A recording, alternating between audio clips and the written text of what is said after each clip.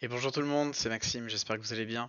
Aujourd'hui, on va se faire une petite vidéo sur ZBrush et on va voir un petit peu le polypainting. Alors, bon, là, j'ai fait quelque chose, on va dire, en mode très rapide, on va recommencer. Mais globalement, en fait, on a accès dans ZBrush à une petite palette d'outils avec l'outil RGB ici. On choisit une couleur, on peut customiser un peu son petit pinceau et on va pouvoir un peu, ça ressemble à l'aérographe pour ceux qui peignent en vrai. On va pouvoir bomber comme ça, hop, sur notre personnage pour créer, ou sur autre chose hein, d'ailleurs qu'un personnage, pour un peu ajouter de couleurs. Alors on peut avoir comme ça des. En fait, les brosses, elles vont se comporter un petit peu comme d'habitude. Par exemple, vous voyez, ma clay, parfois, elle va ignorer un petit peu les crêtes pour mettre du détail que dans les creux. Là où, par exemple, si je travaille sur une standard, eh ben, elle, la standard, elle va vraiment bomber à 100%. Alors, j'ai beaucoup d'intensité, mais elle va pas vraiment prendre en compte le relief et tout. Elle va être beaucoup plus, vraiment, elle va remplir quoi. Et globalement, en fait, voilà, chaque brosse va se comporter un peu différemment quand on va essayer de peindre. Donc moi, ce que je vous propose, c'est que dans ce petit tuto de quelques minutes, en fait, je remplisse mon modèle de zéro. Enfin, en fait, je le mette tout en noir, par exemple, et qu'on réessaye un peu de bomber tout ça. Donc, pour ce faire, quand vous voulez commencer, généralement, vous allez avoir votre modèle et bah, il aura pas. En fait, si vous essayez de changer la palette ici, là à gauche, comme je suis en train de faire, en fait, juste tout votre modèle va changer de couleur. Regardez, je vous montre avec un cube ou une sphère. Regardez, quand je change la palette, vous avez vu ma sphère, elle change de couleur toute seule. Bon, donc la première chose qu'on va devoir faire, c'est remplir notre objet. Donc souvent, ce qu'on fait, c'est qu'on choisit une couleur. Moi, souvent, je pars de quelque chose de sombre. Et en fait, on fait un petit color, hop, fill object. Et là, alors il faut mettre le petit RGB à 100, color, fill object. Et hop, ça va remplir, vous avez vu, la sphère elle est devenue marron, noire, pardon. Si vous faites gaffe, en fait, vous voyez qu'en haut, là, dans mes outils ZAD, ZSub, j'ai pas ZAD de cocher. Hein. Par défaut, il y a ZAD, mais moi, j'ai que RGB ici. Parce que je vais peindre que de la couleur, en fait, sur mon personnage. Je vais supprimer la sphère, elle me sert à rien. Donc, pour repartir de zéro sur mon modèle, ici, hop. Donc, je me mets bien en mode RGB. En fait, je choisis un brush, celui que je veux. Prenez un standard ou une clay, moi, c'est les deux qu'on va utiliser le plus sur ce tuto. Donc, on fait color ici et on va chercher fill object. Voilà. Et là, hop, notre modèle il est tout noir, il est rempli et on peut commencer un peu à travailler. Alors souvent moi ce que je fais c'est que je pars sombre. En fait vous allez voir ce qui est un peu, c'est un peu différent de quand on va un peu texturer dans d'autres logiciels. Parce que, alors il y a un système hein, dans ZBrush hein, de layer ici, mais globalement en fait c'est un peu moins, ce qu'on va faire c'est un peu plus proche de la traditionnelle, de la peinture traditionnelle et c'est on peut moins en fait revenir en arrière et tout sur ce qu'on fait. On peut pas par exemple faire des gros systèmes de calque avec des smart masks et tout. Alors il y a un peu des systèmes de masking, mais il n'y a rien d'aussi complexe que ce qu'on peut avoir dans un Substance Painter par exemple. Et du coup on va être un peu plus, voilà, c'est un peu plus à main levée. Il y a des tools hein, qui remplissent, mais c'est un peu plus, voilà, un peu plus rudimentaire on va dire. Donc moi souvent je pars toujours d'une clay. La clay, je la trouve vraiment agréable en main avec la souris ou le pinceau.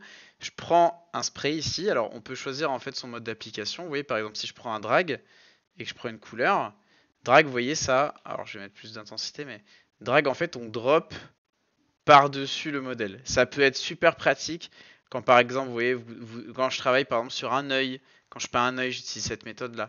Ou par exemple, quand je fais des écailles, voilà. Il y a le drag est pas mal. Le dot, vous voyez, ça va projeter un peu, mais ça fait un pinceau un peu rond. Moi, celui que j'aime bien utiliser, c'est le spray. Hop, le spray. Là, c'est un peu fort, hein, c'est même carrément fort. Donc, d'ailleurs, je vais partir sur du bleu pour la base de mon perso. Du bleu un peu sombre. Je vais aller du sombre vers le clair. Et je vais baisser l'intensité parce que vous voyez, si je baisse pas l'intensité, c'est pas très beau quand même. Hein. Je fais des bruits chelous, mais c'est pas très très beau. Donc, on va baisser comme ça un petit peu notre intensity. Et doucement avec mon pinceau, hop, je vais aller chercher, un petit peu de couleur. Le but, c'est vraiment, là, quand vous faites ça, soyez relax, soyez patient. C'est un peu bizarre mes conseils aujourd'hui.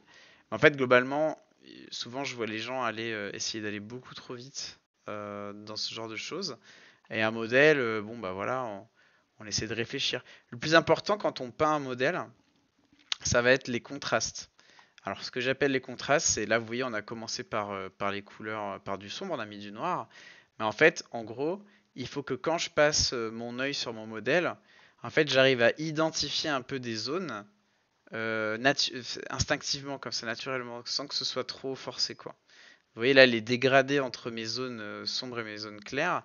Avec mon pinceau, je suis vraiment léger. J'appuie presque pas sur la tablette. Je suis à 2 d'intensité en haut. Et avec ma tablette graphique, j'appuie presque pas. Je fais des choses vraiment très légères. Et je vais souvent travailler un peu comme ça. S'il y en a qui font, je dis souvent ça à mes élèves quand je fais ce cours, s'il y en a en fait qui font un peu de la peinture figurine, type Warhammer, des choses comme ça, vous pouvez vous inspirer des méthodes en fait que vous avez sur ce genre de pratique, parce que franchement c'est très très proche. Hop. Souvent vous savez en peinture figurine on sous-couche tout, on prime tout avec la même couleur, et après en fait on choisit un pigment, on fait une passe sur le modèle, après on choisit un autre pigment, on fait une autre passe sur le modèle. Bon, ça dépend, hein, chacun fait un peu comme il veut, mais il y a un peu voilà, des logiques. Mon but, c'est pas de peindre tout le modèle.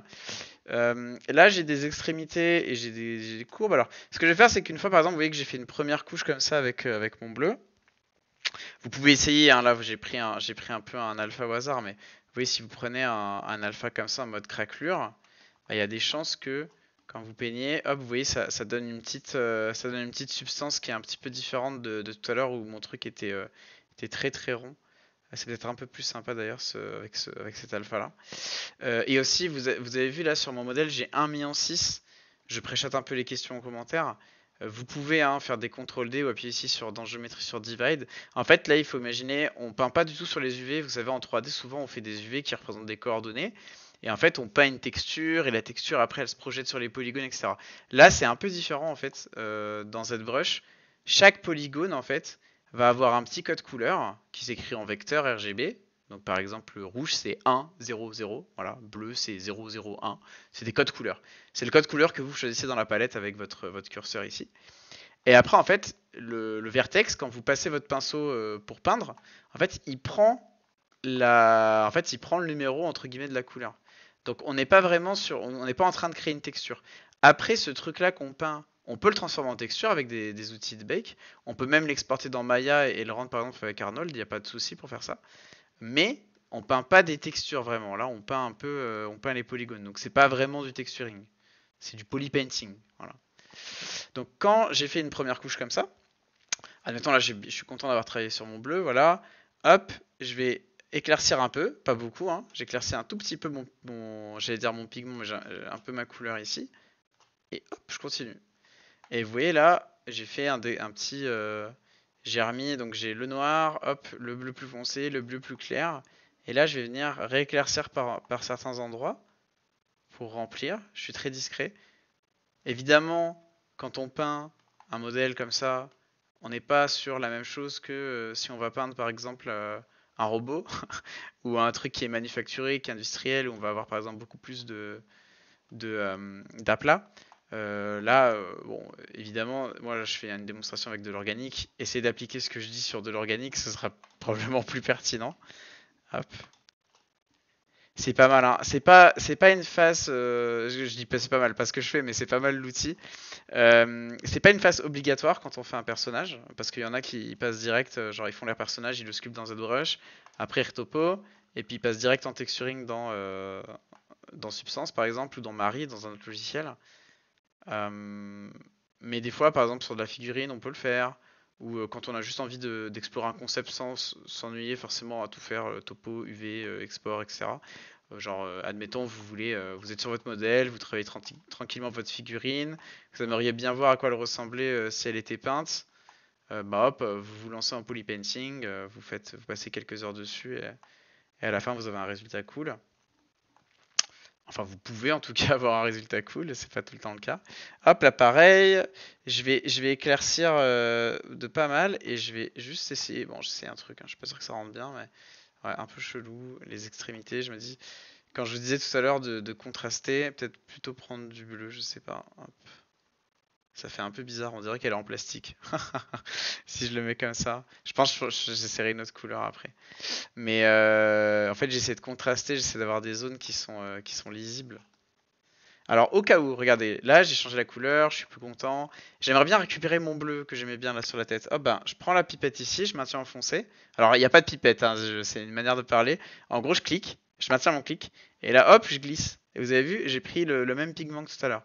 Pareil, là je veux récupérer la peau sombre, hop, je fais comme ça. Je veux récupérer le bleu ici, je fais comme ça. Vous voyez, je prends et je clique. Et ça va là où j'ai besoin d'aller. Donc là je peux revenir, rééclaircir un peu, et faire la même logique. Hop, voilà. Réassombrir un peu par endroit. Je suis toujours sur la même brosse, hein, je suis toujours sur la clay. Vraiment, mon conseil numéro un, c'est n'allez pas trop vite et surtout pensez au RGB Intensity ici. Voilà, qu'il soit pas mal. Là, je pense qu'on peut essayer d'aller peut-être chercher un. Je lui remplis un peu ces zones. J'aimerais bien chercher une complémentaire. Alors, nous, sur le bleu là, la complémentaire, ça va être le orange. Je peux aussi regarder si je change l'alpha par exemple et que je passe en mode drag. Je peux prendre quelque chose d'assez clair. Peut-être je peux lui faire des. Hop. Ah, c'est très discret. Là, je vais monter un peu le RGB. Je vais monter encore un peu le RGB. Je peux faire un peu des tâches comme ça. Hop. Ça le modèle. Je sais pas si c'est stylé ou pas. Mais vous voyez là, j'ai passé ma clé en mode stroke, drag rect, et j'ai changé l'alpha. Et hop, je suis là. Et je peux lui faire des petites tâches. Je peux faire pareil dans le.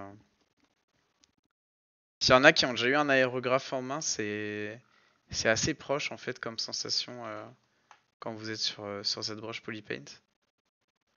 On sauvegarde comme d'habitude, hein, c'est du Z-Tool ici, vous faites Save As et vous sauvegardez. Je sais qu'il y en a qui aiment bien faire du ZPR aussi, moi je suis pas très fan du ZPR. Le ZPR c'est le mode de sauvegarde quand vous faites Project. Le truc c'est que souvent en fait ça sauvegarde tout l'historique. Donc ça charge vite on va dire ça charge vite la mémoire. Et on a vite des trucs très très lourds après. Hop, voilà. Pour moi, quand on parle, là, je suis pas ultra fan de ce que je suis en train de faire, mais c'est pas grave, on avance. Hop, on y va, on y va, on y va, on y va. Je vais essayer de mettre la complémentaire là, un peu du orange. Je lui fais des trucs de papillon. Attendez, je fais des peintures de guerre. Elle est bizarre, je vais mettre du rouge. Attendez, hop, on va faire du rouge. Et on va baisser un peu l'intensité ici. Pensez deux choses. Quand on va lire un personnage, on aime bien, comme je vous disais, identifier un peu des zones dessus. Et on peut le faire avec deux choses importantes. La texture. Là, par exemple, vous voyez, si j'ai mis, alors c'est pas très adroit, mais j'ai mis des petits pointillés, des petits points. C'est une texture en soi. En fait, c'est une texture dans le sens où ça fait un changement ça fait un changement entre des surfaces qui sont entre guillemets lisses, sans trop de relief, et une surface qui d'un coup a des petits pointillés ou des petits points. Il pourrait y avoir un traitement de la peau un peu différent aussi. En fait, ce genre de choses, quand vous allez regarder la sculpture, ça va vous attirer et donc ça va créer une hiérarchie. Quand je parle de hiérarchie, en fait, c'est que un modèle, il peut pas être détaillé partout. Il doit pas être, enfin, s'il peut y avoir du détail à l'infini en fait sur un modèle, mais il doit y avoir une sorte de priorité. C'est-à-dire, par exemple, si vous voulez qu'on regarde, je sais pas, la tête d'un personnage, souvent on la regarde beaucoup plus que son dos. Alors, sauf si vous faites un jeu et que c'est un third-person shooter, dans ce cas-là, le dos, c'est ce que vous voyez tout le temps de votre personnage. Donc bon voilà, il faut réfléchir à pourquoi en fait je fais mon truc. Est-ce que je fais mon truc pour un jeu? Est-ce que je fais mon truc pour un film? Pour savoir après où est-ce qu'on met les détails, parce que souvent on se perd. En fait, si on commence à vouloir mettre des détails partout, tout le temps, bah chaque projet qu'on fait peut prendre 8000 ans quoi. Donc c'est important de se dire, est-ce que c'est utile par exemple sur un jeu où je vois jamais les pieds, de faire des pieds ultra détaillés. Donc voilà. Et donc voilà, ça c'est où on met les détails. Et donc ces détails, on peut les remarquer avec de la texture, avec des couleurs très vives. Voilà, vous faites un personnage, puis il a des gros yeux enflammés, bah forcément on va beaucoup regarder les yeux. Il y a un truc aussi que j'avais remarqué en faisant du modding pour Dota. En fait, en gros, sur les jeux un peu MOBA ou les jeux de stratégie, vous avez vu en top-down, souvent ce qu'on va faire, c'est qu'on assombrit beaucoup les textures en fait du bas du corps. C'est-à-dire que vous prenez un jeu comme League of Legends, bah, le haut des personnages souvent va être assez coloré, assez saturé, et le bas des personnages peut lui être assez sombre. En fait, ça fait une sorte de perspective un peu Ça accentue en fait quand on lit le personnage. Il est bleu, blanc, rouge en fait mon truc. Il faut que je fasse du blanc. Cocorico. C'est l'équipe de France d'Alien. Mais oui, globalement, on va avoir comme ça des logiques en fait quand on crée des persos pour mettre le détail et amener l'œil du spectateur ou du joueur là où on a envie qu'il aille. Voilà, bon, c'est pas la sculpture de ma vie. Mais voilà, le principal du tuto là, encore une fois, je vous dis, c'est pour vous montrer comment on peut faire ça. Vous montrer un peu comment on peut faire ça. Et il n'y a rien qui empêche, hein, moi parfois quand je suis sur certains persos, bah, je suis là, je sculpte, puis je m'arrête, je fais du polypainting un petit peu pour voir où je vais en fait. Puis une fois que j'ai fini mon polypainting, je repasse en sculpt et je continue. Donc il y a pas trop d'interdit parce que vous voyez par-dessus ce que je suis en train de faire là, après je peux repasser en ZAD et je peux sculpter. C'est pas fini quoi, entre guillemets. Peut-être repartir sur du sombre par endroit. Je sais pas si c'est très malin, mais repartir sur du sombre. Mon but c'est pas de faire une vidéo qui dure 4 heures. C'était surtout de vous montrer un peu les trucs. Alors, les meilleurs conseils, explorer. Moi, les brosses, vraiment, j'ai Clay, standard aussi, que j'utilise beaucoup. Standard pour faire ça. Pas trop les autres en réalité. Il peut y avoir peut-être Claytubes ou Clay Build-Up, mais bon, c'est un peu rare. Et vraiment, ce qui change le plus, ce qui se passe quand vous peignez, c'est ces choses-là, là. Les sprays et surtout l'alpha. L'alpha est super important. L'alpha est vraiment super important. J'ai remis du sombre. Peut-être sur les zones un peu sombres là, je peux faire du contraste avec une brosse.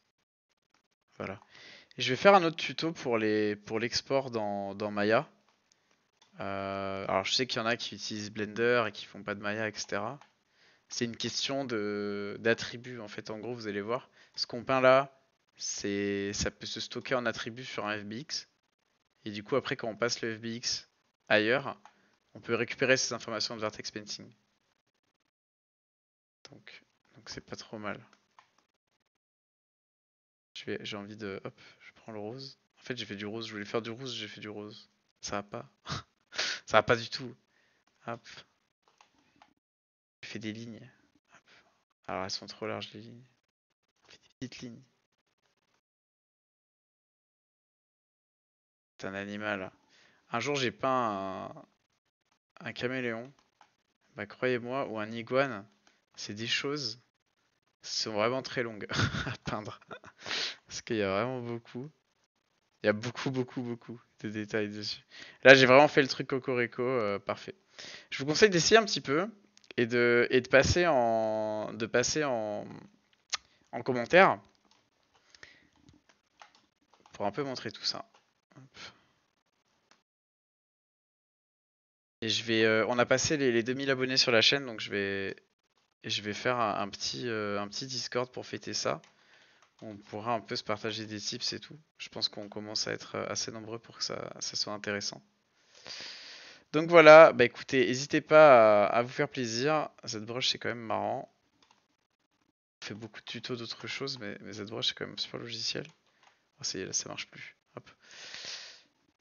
N'hésitez pas à poster un peu des créas. Et je vous dis à très bientôt. Posez vos questions. C'était Maxime. Bye bye.